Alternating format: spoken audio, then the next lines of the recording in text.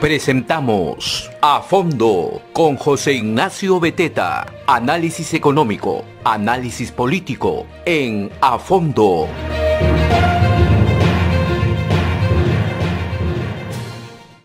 Hola, muy buenos días, ¿cómo están? Soy José Ignacio Beteta. Este es el programa A Fondo, gracias por estar con nosotros nuevamente. El día de ayer, como ustedes saben, lunes, se le ha hecho llegar una carta al señor Francisco Sagasti pidiéndole que solicite la auditoría de la OEA para investigar si es que hubo un posible fraude en las elecciones del 6 de junio. Han corrido diversos estudios, análisis, como saben, analizando, ponderando, ¿no? Viendo si es que ha habido un fraude. Hay gente que dice que no, hay gente que dice que sí. La población está un poco cansada definitivamente de esta situación, pero la población, la ciudadanía, ustedes que nos oyen, nos miran y nos ven, tienen que entender que lo mejor es llegar a la verdad en estas cosas. Puede ser que incluso proclamen al señor Castillo presidente en los siguientes días, pero igual es importante entender qué es lo que pasó el día 6 de junio en las elecciones, porque eso le da legitimidad al proceso, eso le da, digamos, le da sinceridad y le da también fuerza al siguiente gobierno. Imagínense ustedes tener un presidente que en 10, 15, 20 días se investiga más y se descubre que fue un presidente fraudulento, un presidente que ganó con fraude. Esa no es la idea. Así que vamos a ver qué ocurre con este proceso extraño que estamos llevando sobre las elecciones. El del 2016, les cuento, que el 29 de junio se proclamó a PPK presidente. Hay gente que piensa que ha pasado mucho tiempo, sin embargo, cuando uno ve las fechas, ya en el calendario, resulta que las elecciones en el 2016 entre Keiko Fujimori y PPK fueron el 5 de junio del 2016, y a PPK se le proclamó presidente después de todo el proceso de impugnaciones, conteo de votos, etcétera, etcétera, un 29 de junio del 2016. Así que en realidad tampoco ha pasado tanto tiempo, ¿no? Y vamos a ver, como les decía, qué es lo que va a ocurrir en los siguientes días o en estos días que nos quedan. Mientras tanto, vamos a conversar con un invitado especial, vía telefónica, el congresista electo por Loreto, ¿no? El señor Amoretti. Muy buenos días, Jorge, ¿cómo estás? Morante, ¿cómo está, señor Morante?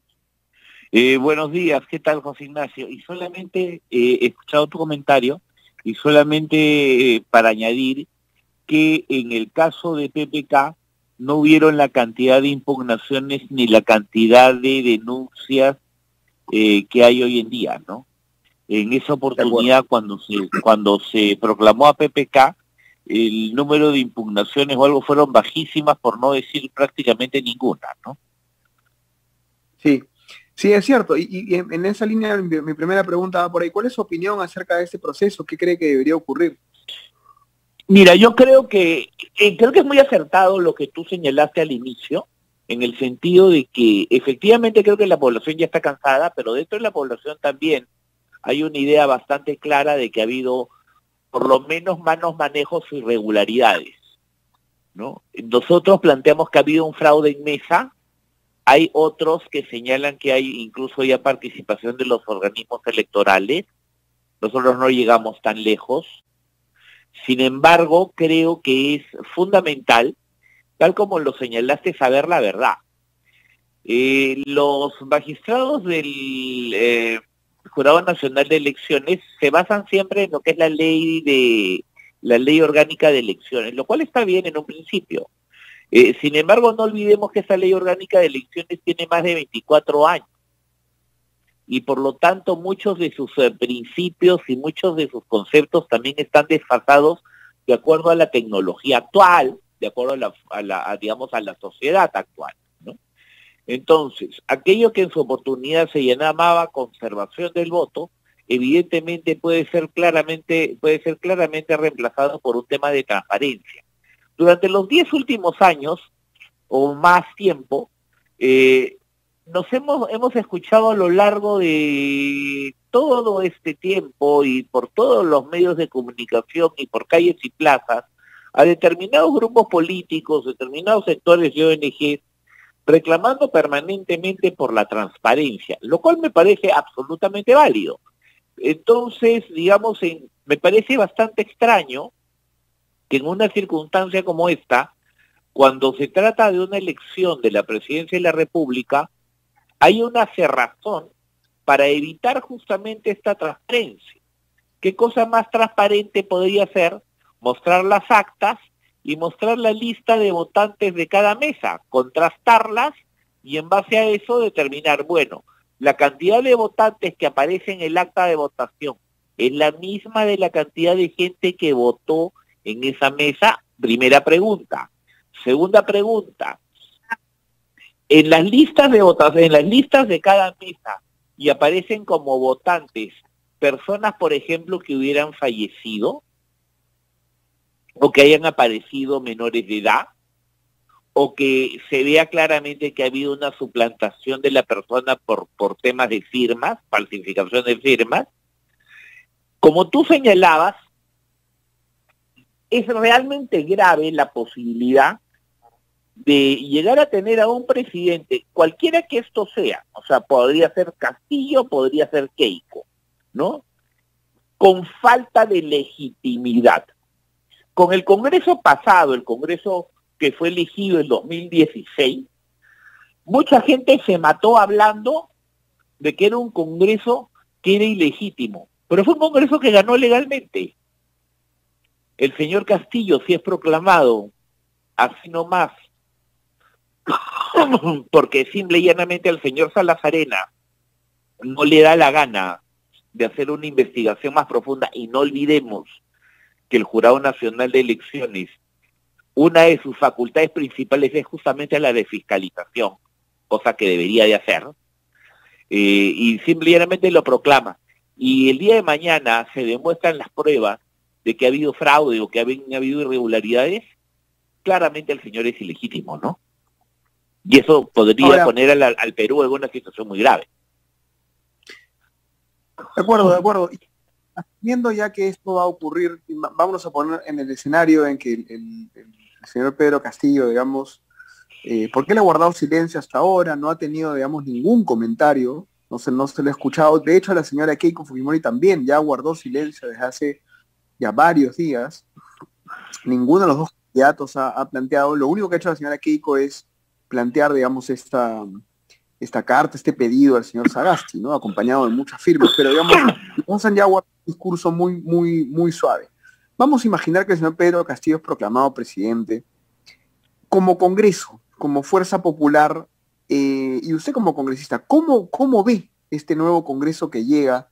¿Cuál va a ser su rol frente a un señor Pedro Castillo que ha dicho varias veces que quiere una asamblea constituyente? Número uno, para empezar, y no se ha retractado en ese esfuerzo, en esa retórica, en esa idea, pero además, sobre todo los sectores económicos, siempre quedan dudas. Queda dudas si va a subir los impuestos o no, queda dudas si va a apoyar la minería o no, queda dudas si va a apoyar la educación privada o no, queda dudas si va a apoyar la salud y va a cambiar las reglas de juego, la revisión de los contratos. Nada queda claro porque nunca quedó claro nada de sus planes. ¿Cuál va a ser el rol del Congreso y cuál cree usted que debería ser el rol de también del suyo, digamos, ¿no? Frente a un potencial presidente Castillo. Mira, para también nuevamente complementar tu información, efectivamente el señor Castillo no ha dicho nada, pero toditito su entorno, todos sus voceros y demás, están como locos de que lo proclamen de una vez. Están pero apuraditos, ¿no? Entonces, evidentemente, eso significa pues de que te temen algo, ¿no? Entonces, como quien dice, quien no la debe no la teme, ¿por qué no vamos a la transparencia y a aclarar estas cosas? Pero yendo a tu pregunta, nosotros vamos a tener una posición, dentro de todo, siempre congruente con nuestro plan de gobierno, que lo que hemos planteado ahí se pueda desarrollar, ya sea desde la vía legislativa o a través, pues, digamos, de conversaciones que se puedan tener con la vía ejecutiva. Sin embargo, nosotros vamos a apoyar siempre lo que es, primero, creo que en este instante lo más importante es la salud de la población. La condición sanitaria de nuestro país es terrible, ¿no? Es terrible. Yo vengo de una región de Loreto, donde el golpe, donde el impacto del COVID-19 ha sido monstruoso, ¿no? Las muertes eran incesantes, y tanto así de que fuimos tal vez una de las primeras regiones del mundo que tuvo hasta inmunidad de rebaño, ¿no? Lo que significó pues que haya una enorme cantidad de contagiados y de fallecidos. Por eso para nosotros es fundamental, primero, tocar el tema salud y ver de que este se maneje bien, que se garanticen las vacunas y que se haga un trabajo bien hecho en ese aspecto, porque lamentablemente el gobierno de Vizcarra y el gobierno de Sagasti han sido verdaderamente una nulidad al respecto, ¿no? A Sagasti tal vez sí se le puede reconocer el hecho de haber traído las vacunas, pero tal vez no en suficiente cantidad. Pero bueno, ese es por un lado. Por otro lado es el tema de la educación. O sea, a nosotros nos preocupa muchísimo que el año pasado, todo el año pasado, prácticamente hemos tenido un año perdido para la educación. Y nuevamente regreso a mi región, donde el sistema, por ejemplo, de conectividad de Internet es realmente pésimo. Debe ser tal vez uno de los peores lugares del Perú donde tienes conectividad de Internet. Y evidentemente en esa situación, el programa Aprendo en Casa o de educación a distancia fue realmente muy limitado, ¿no? Muy limitado, y en las zonas de las provincias prácticamente no existió. Y por lo tanto hemos tenido niños a lo largo de toda nuestra región que no han recibido clase alguna durante todo el año pasado, ya perdieron un año, y este año también lo están perdiendo, ¿no? Entonces, para nosotros es muy preocupante ese tema. Hay que saber, hay que ver cómo lo van a abordar el nuevo gobierno. Si nos toca a nosotros el gobierno, tenemos una idea bastante clara de cómo lo vamos a solucionar, pero es clarísimo que la gran mayoría de niños en el Perú, gracias a la pandemia y a la incompetencia completa del Ministerio de Educación, se van a perder 2 años de educación escolar, ¿no? Eso para nosotros nos parece muy grave. Otro tema es el desarrollo económico. Nosotros vamos a ir muy fuertes sobre el tema de desarrollo económico, apoyo a pymes, a MIPES, a pequeños microempresarios, a la empresa mediana, a la gran empresa también, pero siempre buscando el tema del desarrollo. Nosotros creemos que el tema, digamos, de los contratos que ya están firmados, bueno, se pueden negociar, pero una cosa es negociar y otra cosa es poner, ¿no?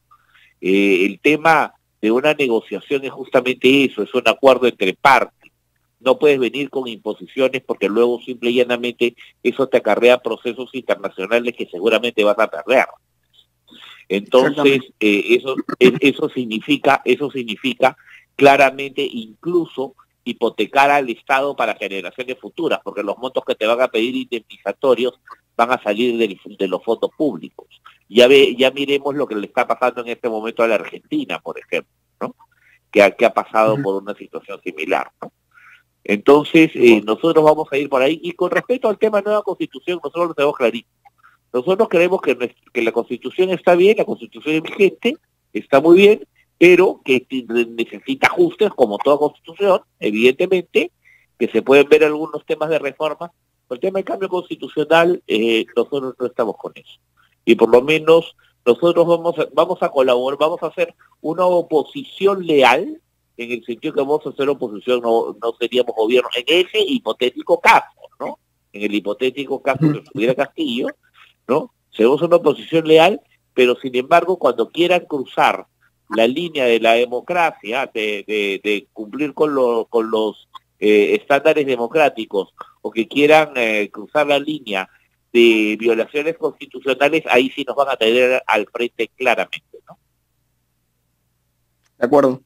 Efectivamente, sí, hay que tener mucho cuidado con los que rodean a Castillo, y con el mismo Castillo, que si bien es cierto, parece una persona, como suele ser en estas cosas, ¿no? El candidato presidencial siempre, más que ser el líder, es el que sigue a alguien, ¿no? Es el seguidor de alguien, ¿no? Y esta vez Castillo va a tener que elegir a quién sigue, ¿no? Si sigue a los grupos más radicales que lo rodean, o si sigue, digamos, a los grupos más moderados. En todo caso, nos van a tocar 5 años complicados. Ahora, vamos a ponernos ya volviendo un poco al tema de ese tema sectorial, porque la última pregunta que le quiero hacer es con respecto al tema de la educación. El señor Castillo ha hablado mucho de la educación, que es un negocio, que es un lucro, ¿no? Y esto lo ha repetido varias veces. Y sin embargo, el gran problema es la educación estatal, porque 7 de cada 10 niños estudian en un colegio estatal, no en un colegio privado. Los otros 2 niños, 3 niños y eso, hasta menos quizás ahora con la pandemia, estudian en un colegio privado. ¿Qué se puede hacer para mejorar la educación en el Perú y también en su región, digamos, ¿no? Bueno, mira, permíteme terminar un poco con lo anterior. Fuera de los 5 años que tú dices que sean complicados, si encima no tiene legitimidad, pues va a ser mucho más complicado, ¿no? Entonces, nosotros buscamos la legitimidad y exigimos al presidente Sagasti que pueda pedir esta auditoría internacional a la OEA y a partir de ahí poder, digamos, saber la verdad, ¿no? Ahora, la verdad tarde o temprano va a salir, porque ya sea de que a lo mejor se haga una comisión investigadora en el Congreso y puede salir la verdad por ahí. O sea, que no se crean tanto de que las cosas van a quedar tapaditas bajo la alfombra. Pero bueno, volviendo a tu pregunta, ¿qué podemos hacer por la educación? Tú tienes mucha razón. O sea, atacan tanto a la educación privada, sin embargo el gran problema es la educación estatal y el gran problema es de que el propio sector público no sabe cumplir con sus obligaciones. Si vemos a nivel regional cómo se manejan las direcciones regionales y las UGELes, es una desgracia. Lamentablemente aquí en Loreto, por ejemplo, se considera, por ejemplo, que las UGELes son la caja chica del ADREL y la caja chica del gobierno regional, donde pues ponen a personas que no tienen las capacidades necesarias y se dedican a puros actos de corrupción y a recaudar dinero y por lo tanto, digamos, no valoran ni mucho menos pues tienen en cuenta las necesidades educativas del alumno, ¿no? El estudiante. Y eso es gravísimo, ¿no? Tenemos a tantos profesores pues que lamentablemente por su bajo nivel se encuentran enquistados y exigen que no se hagan pruebas de calificación o pruebas de evaluación, oigan, o sea, y exigen también tanto estabilidades y demás. Oye, lo que estamos poniendo en sus manos es la educación de los niños, lo que estamos poniendo en sus manos es la educación del futuro del Perú. O sea, aquí no me van a decir de que prima un acuerdo sindical sobre un derecho básico humano que es una educación óptima para los menores, ¿no? O sea, eso está incluso reconocido en las convenciones sobre los derechos del niño, ¿no? Entonces, definitivamente nosotros consideramos que el tema educativo es fundamental y necesitamos varias cosas, sobre todo, primero mejorar la calidad de nuestros profesores, que creo que, por ejemplo, se pudo haber aprovechado perfectamente todo este año de pandemia para haber mejorado la calidad de nuestros profesores, ¿no? Segundo, creo que, por ejemplo, nosotros planteamos pues el tema de las computadoras y de todo el sistema, todo el paquete tecnológico con conexión a internet, incluso satelital en aquellos casos, zonas donde no hay conexión normal de internet, ¿no? Para poder llevar a través de un programa nacional, bien llevado, bien organizado, el tema de una educación a distancia en la medida de que la pandemia nos siga acompañando. Sin embargo, habíamos planteado claramente que nuestro principal fin era poder vacunar y darle salud a todos, y por lo tanto, si se vacunaban a la gran cantidad de profesores, ya, digamos, los riesgos iban a ser menores con respecto a la posibilidad de volver a clases presenciales, ¿no? Entonces, creo que eso es muy importante, por ejemplo, ¿no? De acuerdo. Bueno, muchísimas gracias, señor Jorge Morante, por la entrevista, por la conversación, sumamente agradecido y mucha suerte en su inicio, digamos, de labores como congresista. Muchísimas gracias, José Ignacio, y siempre a la orden y cuando ustedes lo deseen. Muchas gracias, mucha suerte. Bueno, hemos estado con el señor Jorge Morante Figari, congresista electo por Fuerza Popular de Loreto, con quien hemos hablado, digamos, de diversos temas. Y queda, pues, digamos, algo me queda muy, muy, muy claro de lo que ha dicho, ¿no? Pase lo que pase, incluso siendo proclamado Pedro Castillo presidente, no crean que va a quedar esto, como bien dijo el congresista Morante, tapadito debajo de la alfombra, ¿no? Lo que va a tener que ocurrir es que hay una investigación. Ahora, yo creo que la investigación tiene que ser una investigación técnica legal de muchas mesas que han sido sospechosas. Esa investigación tiene que ser clara, tiene que ser transparente, tiene que ser realizada por una entidad independiente, no por el mismo Jurado Nacional de Elecciones ni por la OMPE, porque no tienen la legitimidad para hacerlo, y porque ellos son parte de un sistema electoral muy vulnerable. Nadie los está acusando acá, y nunca lo he hecho, de corruptos ni de que ellos han manejado el fraude. Al contrario, siempre he mantenido la posición de que no ha sido necesaria su participación. Si incluso hubiera sido, real la participación en el fraude del Jurado Nacional de Elecciones o de la OMPE, sería peor. Pero yo pienso más bien que esto ha sido, el sistema electoral peruano puede ser muy vulnerable, puede ser muy utilizado por cualquiera. Y no significa eso que no haya ocurrido antes, no, puede que haya ocurrido antes. El tema es que ahora hay mucha más data abierta, hay mucha más información, hay más impacto de las redes sociales, hay más registros, hay más videos, hay más fotos, hay más vigilancia ciudadana, y ha habido un ambiente muy polarizado, y la ciudadanía en un ambiente polarizado busca una salida que comprensiblemente, ¿no es cierto?, comprensiblemente favorezca su opción política, y eso es lo que a veces del otro lado no entienden. El hecho de que el 50% del país no quiera que Castillo sea presidente y que el margen de la victoria haya sido tan corto, sí le da derecho a la ciudadanía a exigir que haya una investigación sobre mesas, irregularidades y problemas que puedan haber habido en el proceso electoral. Porque ellos no están contentos con lo que ha pasado. Yo he escuchado a varios decir, no, lo que pasa es que ustedes quieren sacar a Castillo a toda costa porque tienen miedo de Castillo y por eso quieren romper las reglas democráticas. Nadie está rompiendo las reglas democráticas.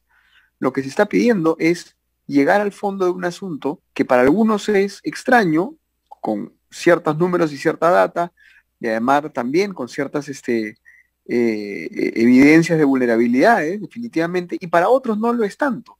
Cuando tú tienes un grupo que dice que no es extraño y otro grupo que dice que es extraño, lo que tiene que haber es una investigación independiente. Claro, los que dicen que no es extraño van a decir, oh, del otro lado son golpistas, antidemocráticos, lo cual es falso. Y del otro lado van a decir, oye, yo efectivamente hago esto porque no quiero que Castillo sea presidente, lo cual podría ser no la mejor razón ni la razón más válida. La razón evidentemente más importante es llegar a la verdad. Vamos a ver qué ocurre en estos días, pero no creo que falte mucho para que el señor Castillo sea proclamado presidente. Y como dijo el señor Morante, con esto termino, la investigación sobre si hubo fraude o no debe continuar. Muchas gracias por estar con nosotros hoy día. Nos vemos mañana en A Fondo. Soy José Ignacio Beteta. Gracias por estar con nosotros. Que les vaya muy bien. Cuídense mucho.